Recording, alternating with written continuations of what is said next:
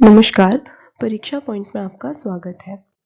आज हम सभी भारतीय सेना दिवस के बारे में इम्पोर्टेंट डिस्कशन करेंगे। जैसा कि आप सभी जानते हैं, 15 जनवरी को हर साल हमारे देश का भारतीय सेना दिवस मनाया जाता है।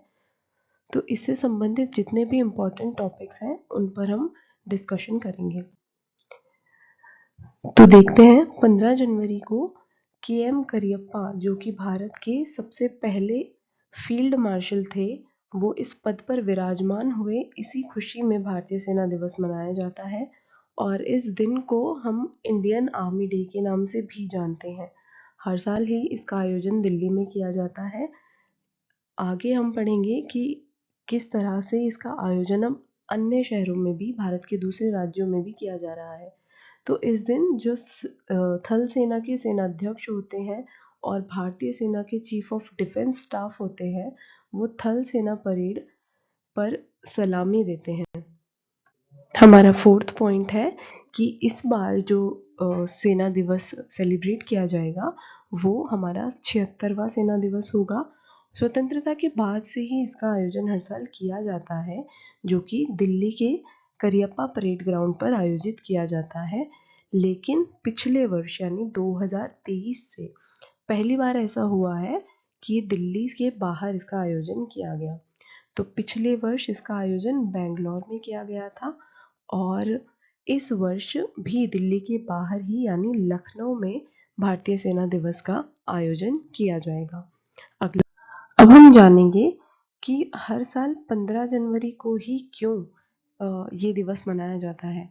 तो 15 जनवरी 1949 को स्वतंत्र भारत के जो पहले कमांडर इन चीफ थे, वो के.एम. करियप्पा को बनाया गया था। उन्होंने कमांडर इन चीफ के रूप में पदभार ब्रिटिश राज से ग्रहण किया था और इनको ब्रिटिश राज के जो अंतिम कमांडर इन चीफ थे, जिन्होंने इनको यह पदभार सौंपा था, वो थे फ्रांसीसी बूचर।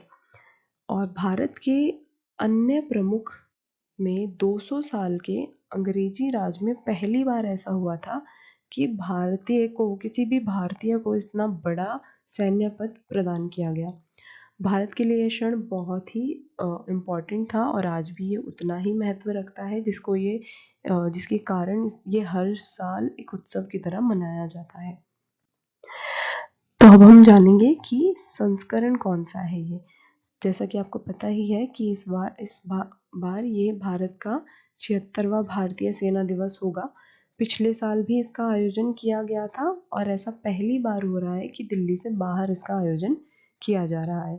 वर्ष 2023 में यानी पिछले वर्ष भारतीय सेना दिवस का जो कार्यक्रम आयोजित किया गया था, वो भारतीय सेना की जो कमान होती है, वो दक्षिण कमान बेंगलोर में किया गया था। और इस साल केंद्रीय कमान लखनऊ में भी कहाँ पर, सूर्य खेल परिसर में इसका आयोजन किया जाएगा, जहां आर्मी का कम्बैट प्रदर्शन होगा, जिसको शौर्य संध्या के नाम से जाना जाता है। इस तरह की प्रदर्शनी वहां पर की जाएगी। इस आयोजन को और भी यादगार बनाने के लिए 3 दिवसीय नो योर आर्मी नाम का एक कार्यक्रम चलाया गया, जो कि हो चुका है। अभी 5 जनवरी को ये शुरू किया गया था। इसमें अपनी आर्मी को जानने के लिए सैन्य प्रदर्शनी आम लोगों के लिए खोली गई थी। इसका आयोजन क्योंकि लखनऊ के छावनी में हुआ था और ये सूर्य परिसर 1 में 11वीं गोरखा राइफल रेजिमेंटल सेंटर द्वारा आयोजित किया जाएगा। ये करंट अफेयर के लिए बहुत ही इम्पोर्टेंट चीज़ है टू लर्न कि ये कौन सी रेजिमेंट ने इस कार्यक्रम को अरेंज कराया। आयोजन के बारे में तो आपने जान लिया। अब इस आयोजन के केंद्र में जो पर्सन है, उस इंडिविजुअल के बारे में जानना भी बहुत ज़रूरी है। तो के.एम. करियप्पा थे कौन? के.एम. करियप्पा का जन्म 28 जनवरी 1899 कर्नाटक में हुआ और 1942 से ही ये भारत के लेफ्टिनेंट कर्नल का पद संभाल चुके थे। इसके बाद वर्ष 1944 में इन्हें भारतीय सेना में ब्रिगेडियर का पद भी मिल गया। एडिशनल इन्फॉर्मेशन के लिए मैं आपको बता दूं कि ये 1945 के युद्ध से ही, जो द्वितीय विश्व युद्ध चल रहा था तब से ही सैन्य प्रशिक्षण ले रहे थे और सेना में ये काफ़ी एक्टिव थे।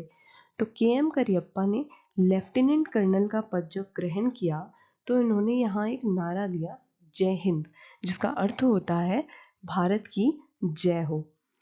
1947 में भारत पाकिस्तान युद्ध हुआ, विभाजन के समय, सभी जानते हैं।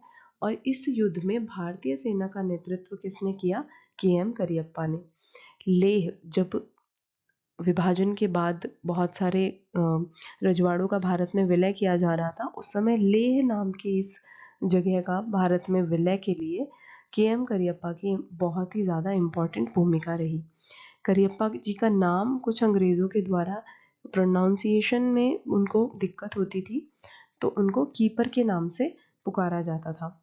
फील्ड मार्शल की पदवी संभालते समय इनकी आयु थी 86 वर्ष।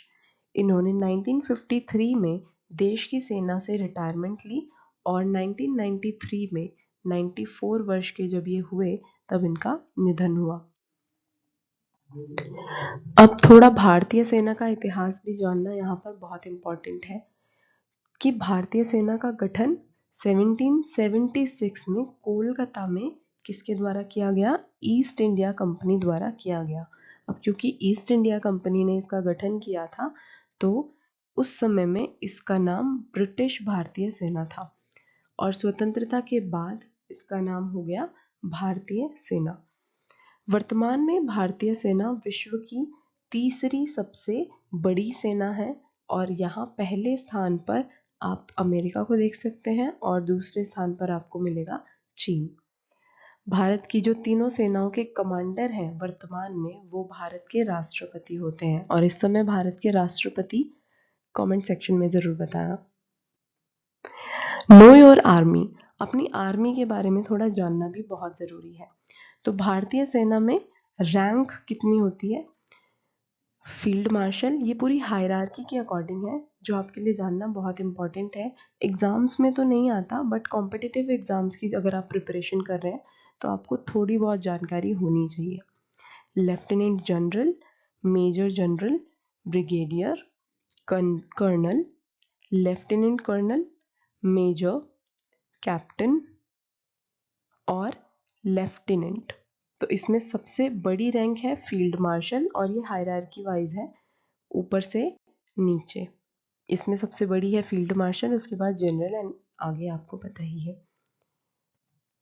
तो भारतीय सेना की प्रमुख, जितने भी प्रमुख हैं भारतीय सेना में, सबसे बड़े प्रमुख होते हैं chief of defence staff, CDS। इस समय भारत के CDS हैं जनरल अनिल चौहान। थल सेना के प्रमुख हैं जनरल मनोज पांडे और वायु सेना के प्रमुख हैं मार्शल VR चौधरी और नौसेना के प्रमुख हैं एडमिरल R हरि कुमार। इसके बाद कुछ प्रमुख कमांड जो थल सेना की है, ये टोटल 7 कमांड होती हैं, जो कि पश्चिम कमांड, पूर्वी कमांड जो कि कोलकाता में है, उत्तरी कमांड जो उधमपुर में है, दक्षिणी कमांड जो पुणे में है, केंद्रीय कमांड जो लखनऊ में है, जहां पर 2024 का इंडियन आर्मी डे सेलिब्रेशन होने वाला है। कब? 15 जनवरी को। सैन्य प्रशिक्षण कमांड जो कि शिमला में है और दक्षिण पश्चिम कमांड। इसी तरह की और भी इंफॉर्मेटिव वीडियोस के लिए आप हमारे चैनल परीक्षा पॉइंट को ज़रूर सब्सक्राइब करें। Thanks for watching.